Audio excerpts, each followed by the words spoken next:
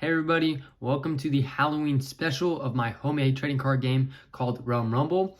I did do one last year with about 7 or so cards. You can check these out right here. You can go watch the video of the 2022 Halloween special. But in today's video, we are doing everything that has to do with the 2023 special. So as you can see here, here's a sneak peek of all the new cards. Excited to go over them. So yeah, let's go into it. Well, before I start, I just want to say I hope you guys are having a great Halloween.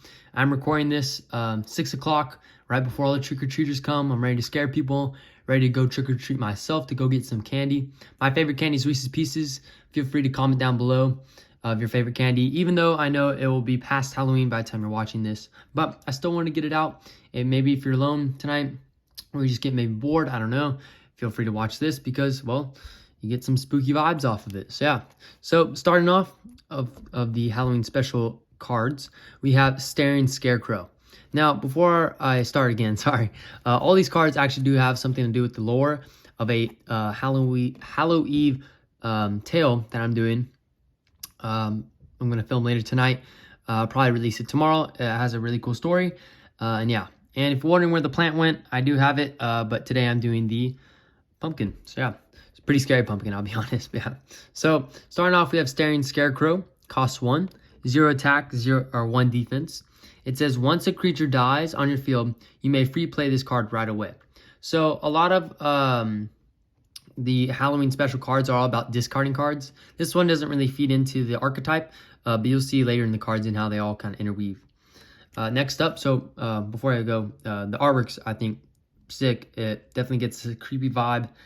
Pretty cool card. I think it'll be really good and really useful in some Shadow Realm decks, or Dark Realm decks, sorry. So yeah, next up, I'll put that card right there. We have Lil Corn, the main character of the Hallow Eve tale that will be coming up.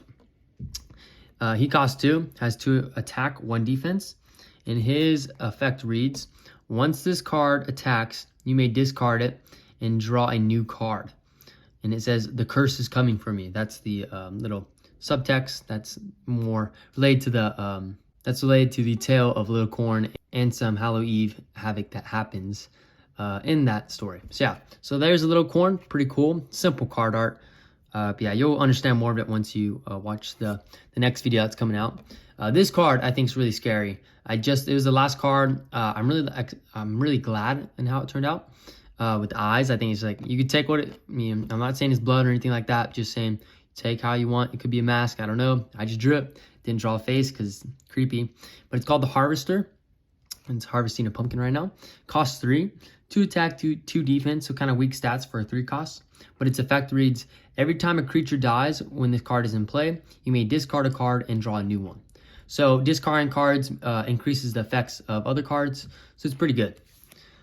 Next up, the evil Little Corn. So the almost brother to Little Corn that we just reviewed. So this card's pretty good. Cost 4, 3 attack, 1 defense.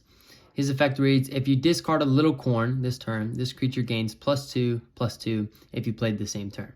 So if you discarded Little Corn the turn before, you can get this creature, the evil Little Corn, will be a 5/3 for only 4 cost. So not the best, but it's still pretty good. And its subtext reads, William, is that you? So you understand what that means in the future. Yeah.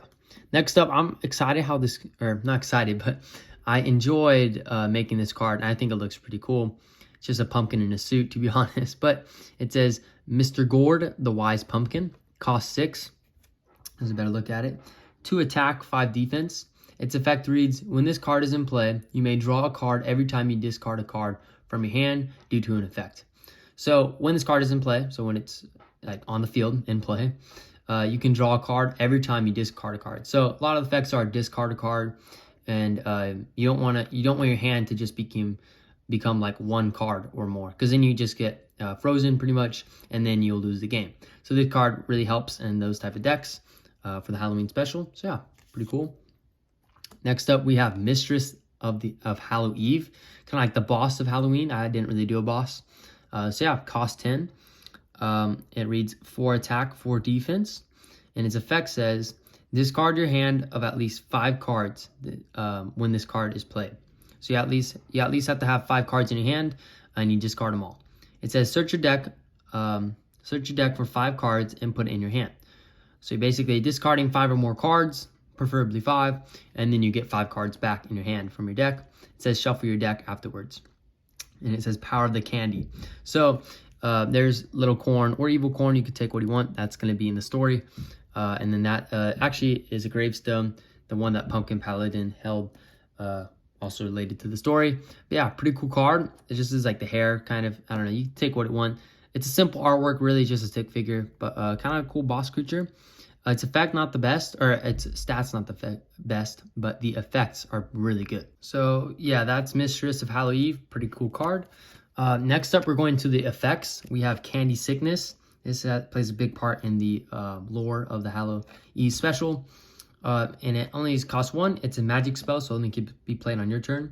And it says, when you discard a card from your hand due to an effect, deal 3 damage to a creature. So if you're discarding a bunch of cards, you want to deal some sort of damage, right? So this card is really good for that. And it says the end of William. So yeah, so pretty cool subtext. But yeah, Candy Sickness turned out pretty well. I like it. Cheap, useful spell. Next we have Curse of the Hollows. I really like this artwork. I think this is number 2 or 3. I don't know, but 2. Sorry, 2 cost. And it's equipment spell, so you equip it to a creature, and its effect reads: when this creature dies. When your creature dies, your opponent must discard a card from their hand. This counts as you discarding a card.